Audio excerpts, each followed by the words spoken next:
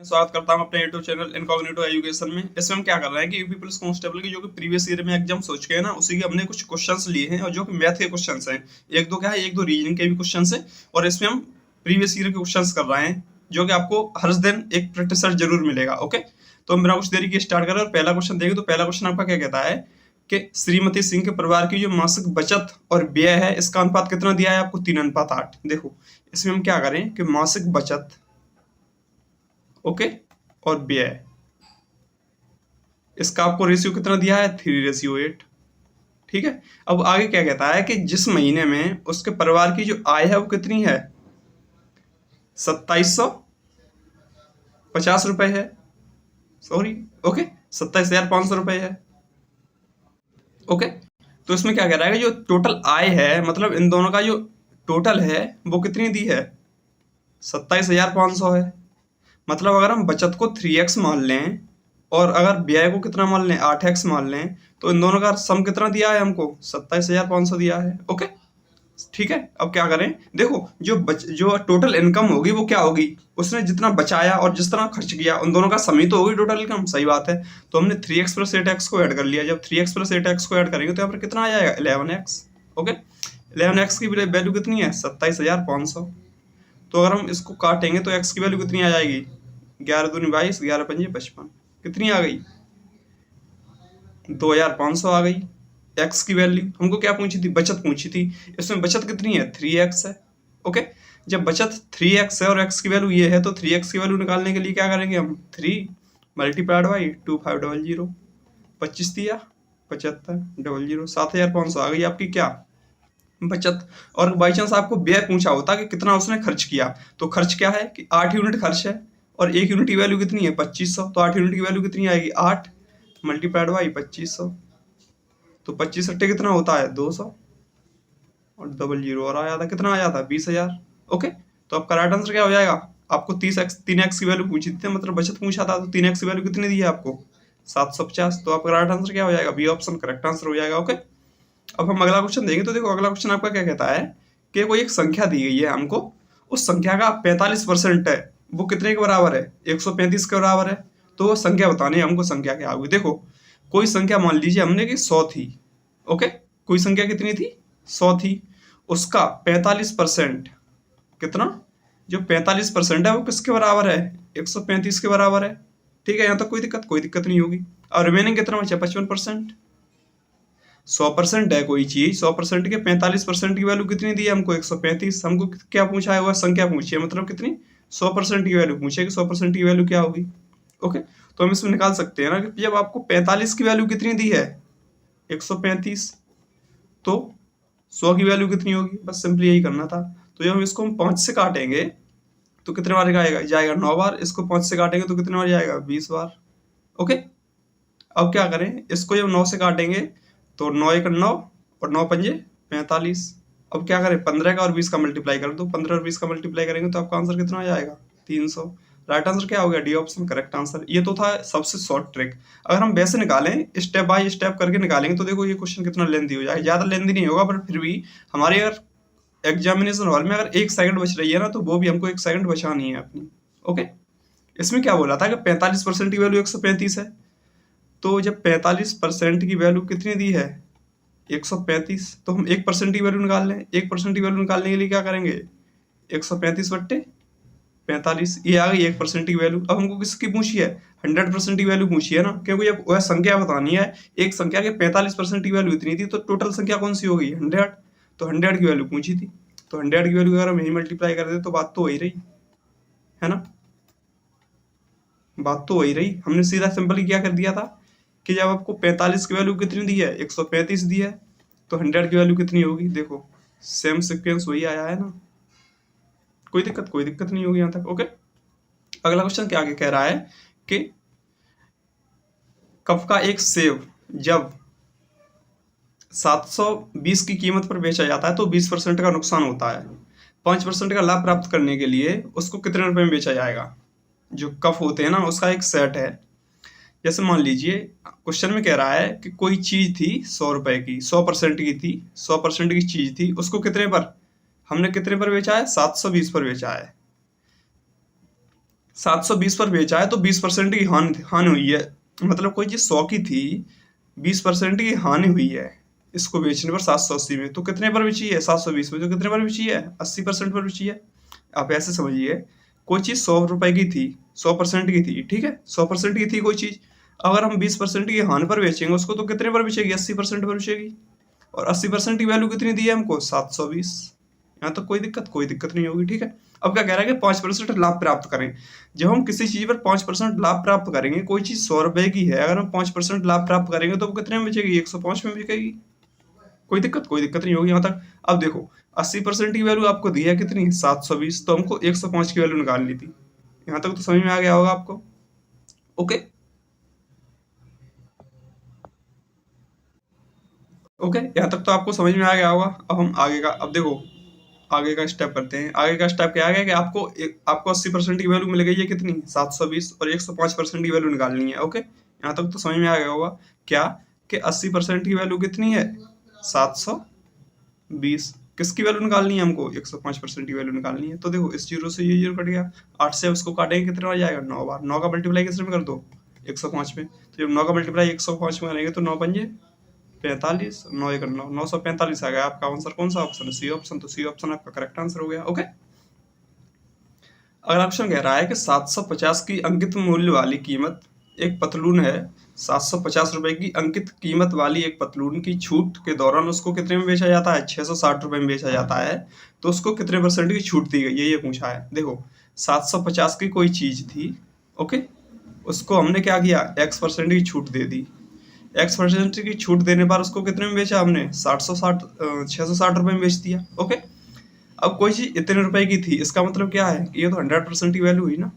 100% की वैल्यू हुई। 100% की वैल्यू कितनी थी? 750। फिर हमने क्या किया? हमने X% की छूट दे दी। X% की छूट देने के बाद में उसको कितने का बेचा? 760 रुपए का, 660 रुपए का बेचा। ओके, तो हम इसमें ये बोल सकते हैं ना कि जो 750 है वो कितने की वैल्यू है? वो 100% की वैल्यू है। यहाँ तक समझ में आ रहा है ना? 750 है, कितने की वैल्यू है? 100% की वैल्यू है। जब 750 100% की वैल्यू है तो 660 कितने की वैल्यू होगी? अगर ये निकाले तो देखो, इस जीरो से ये जीरो कट गया, इसको ये 5 से डिवाइड करेंगे तो कितने बार जाएगा? 15 बार। इसको 5 से डिवाइड करेंगे तो कितने बार जाएगा? 2 बार। ओके, इसको जब 3 से डिवाइड करेंगे तो 5 बार। इसको 3 से डिवाइड करेंगे तो कितने बार जाएगा? 3 दूनी 6, 3 दूनी 6, ये आ गया। फिर इसको 5 से डिवाइड कर दो तो 5 चौक 20 और 5 चौक 20, इतना आ गया। इन दोनों का मल्टीप्लाई करेंगे तो कितना आ गया? 88%। ओके, अब देखो 88% आ गया, मतलब इसकी वैल्यू कितनी आ गई? 88%। और ये कितना था? 100%। अब जब 100% से 88% तक जा रहे हैं तो कितने परसेंट की छूट दी गई है उसको? 12% की। आ गया बात समझ में? आ गई? कितने परसेंट छूट दी गई है? 12% की। तो आपका ये ऑप्शन करेक्ट आंसर हो गया। अगर हम इसको दूसरे मेथड से करें तो देखो, दूसरे मेथड से कैसे कर सकते हैं हम? सीधा आपका 12% ही आ जाएगा। देखो, अगर हम दूसरे मेथड से देखें इसको तो हम क्या देख सकते हैं? आपको यहाँ तक तो समझ में आ गया होगा ना कि 100% की वैल्यू कितनी है? 750। ओके, और ये 660। अब देखो, 750 में से अगर हम 660 घटा दें, एक मिनट, कितना? 750 में से अगर हम 660 घटा दें तो जितनी छूट दी गई है उतना आ जाएगा, जीरो। 15 में से जब 6 को सब्ट्रैक्ट करेंगे तो कितना बचेगा? 9। मतलब कितने की? 90% की छूट, 90 रुपए की छूट दी गई है कितने पर? 750 पर, है ना? सही बात है ना? 750 पर कितने की छूट दी गई है? 90 की छूट दी गई है। तो हम बोल देंगे जब 750 की वैल्यू कितनी है? 100 है, तो 90 की वैल्यू कितनी होगी? ऐसे भी तो कर सकते थे, इस क्वेश्चन को कर सकते थे। इस जीरो से ये जीरो कट गया, इसको काटेंगे 5 से तो कितने बार जाएगा? 15 बार। इसको 5 से काटेंगे 2 बार, 15 छिक्के 90, इन दोनों का मल्टीप्लाई कर दो, कितना आ गया? 12%। तो 90 रुपए की छूट 12% के बराबर है, तो 12% की छूट दी। राइट आंसर क्या हो गया आपका? ये ऑप्शन करेक्ट आंसर। ओके, अगला क्वेश्चन कहता है कि 8% साधारण ब्याज की दर से 1500 रुपए का 4 साल का ब्याज बताना है कि 4 साल का ब्याज कितना होगा। तो ब्याज का फॉर्मूला क्या होता है? 100 इंटू साधारण ब्याज, 100 इंटू क्या होता है? मूलधन इंटू दर इंटू समय बट्टे 100। तो मूलधन कितना दिया है आपको? 1500। ओके, दर कितनी दी है? 8%। समय कितना है? 4 साल। Okay, into 100। इन दो जीरो से ये दो जीरो कट गया। अब 8 चौक 32, 32 मल्टीप्लाइड बाई 15, इन दोनों का मल्टीप्लाई कर दो। जब इन दोनों का मल्टीप्लाई करेंगे तो देखो 15 दूनी 30, ओके, 15 3 45, 45 और 3 कितने हो गए 48। इतना आपका आंसर आ गया। कौन सा option? B option correct answer हो गया। एक तो मेथड ये रहा आपका। अगर हम दूसरा मेथड देखें तो देखो हम ये बोल सकते हैं ना कि जब एक साल में 8% ब्याज है तो 2 साल में कितनी हो जाएगी 16%, 3 साल में कितनी हो जाएगी 24%, ओके, और 4 साल में कितनी हो जाएगी 32%। सही बात है ना।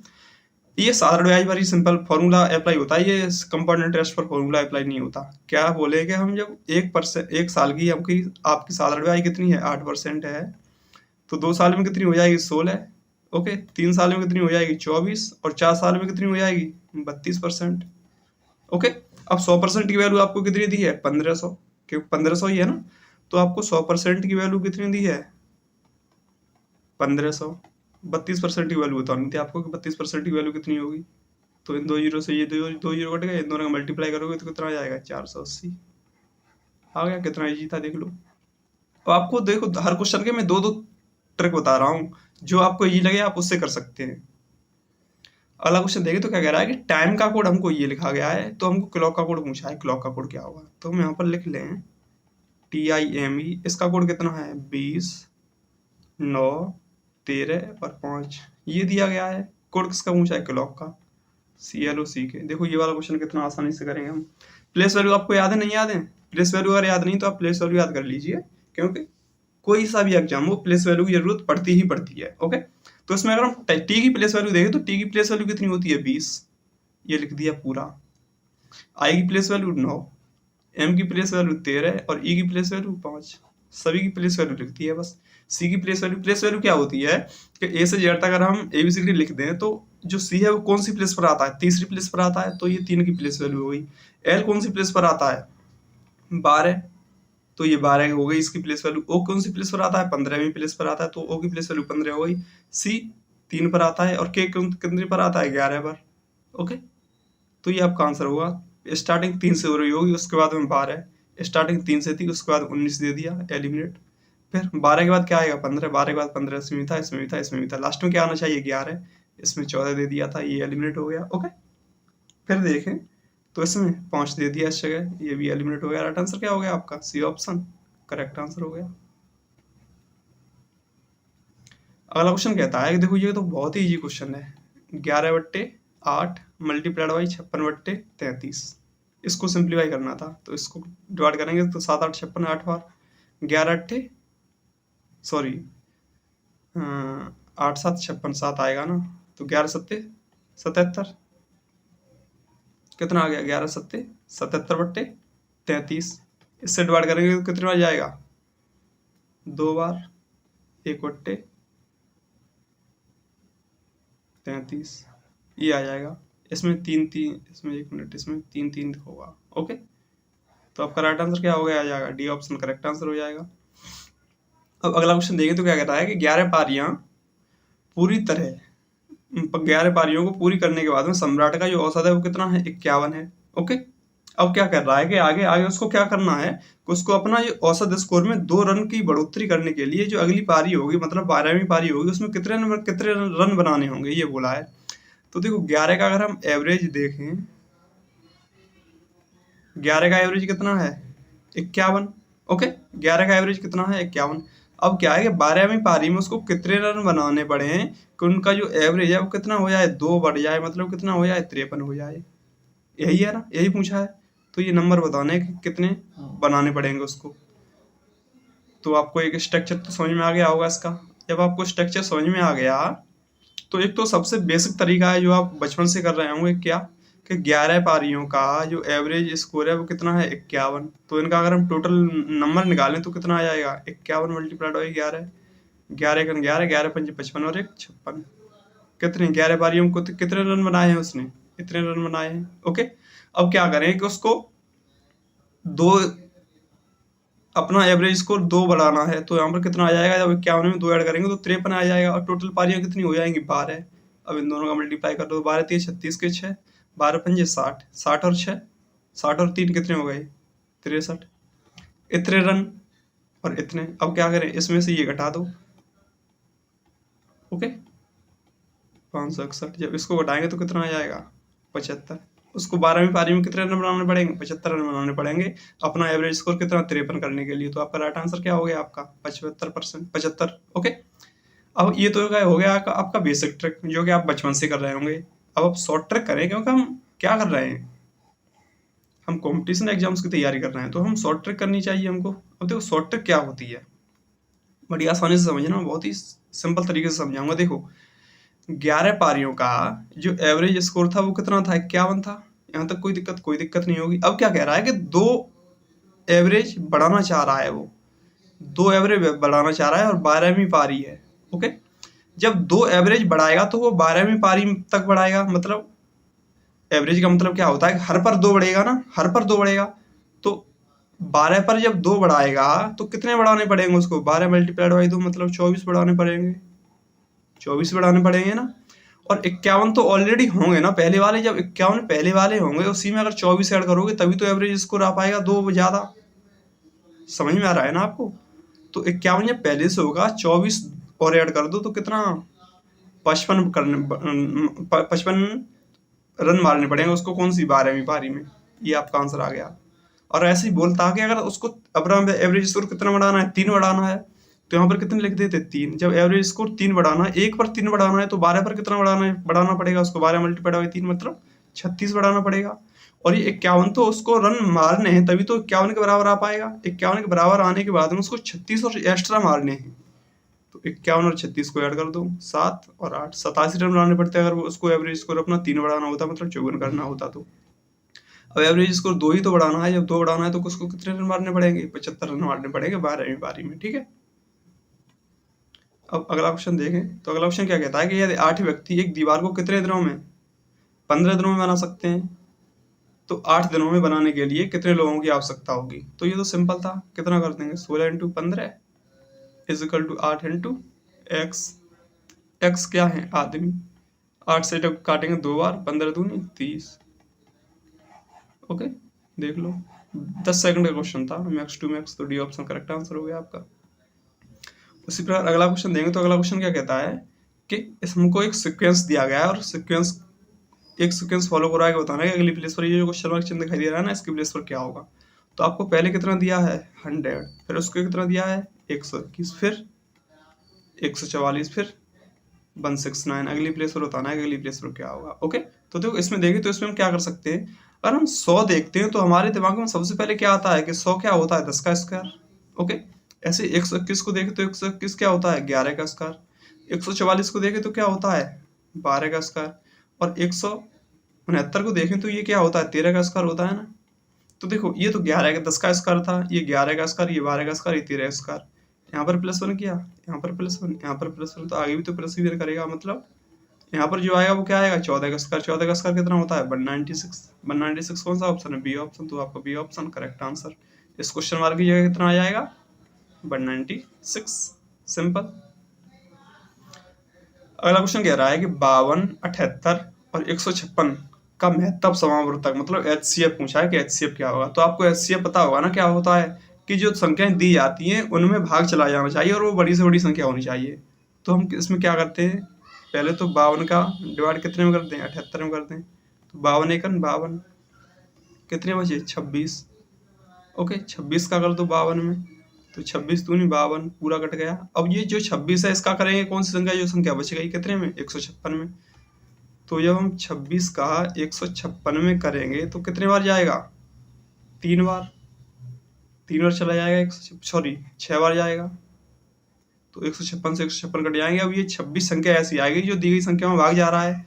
तो आपका HCF कितना हो जाएगा 26। कौन सा option, C option correct answer. Okay, तो हम आज की वीडियो यहीं रखते हैं। उम्मीद करता हूँ आपको ये सारे क्वेश्चंस बहुत ही आसानी से और बहुत ही बेसिक तरीके से समझ में आए होंगे। देखो इसमें मैंने क्या किया था कि हर जो क्वेश्चन था उसकी मैंने 2-2 ट्रिक बताई थी और आपको जो इजी लगे, जो ट्रिक आसान लगे, आप उसको फॉलो कर सकते हैं। और ये दोनों ट्रिक्स ऐसी थी कि मैक्स टू मैक्स 15 सेकंड में आप कोई भी क्वेश्चन कर सकते थे बड़ी आसानी से, है ना।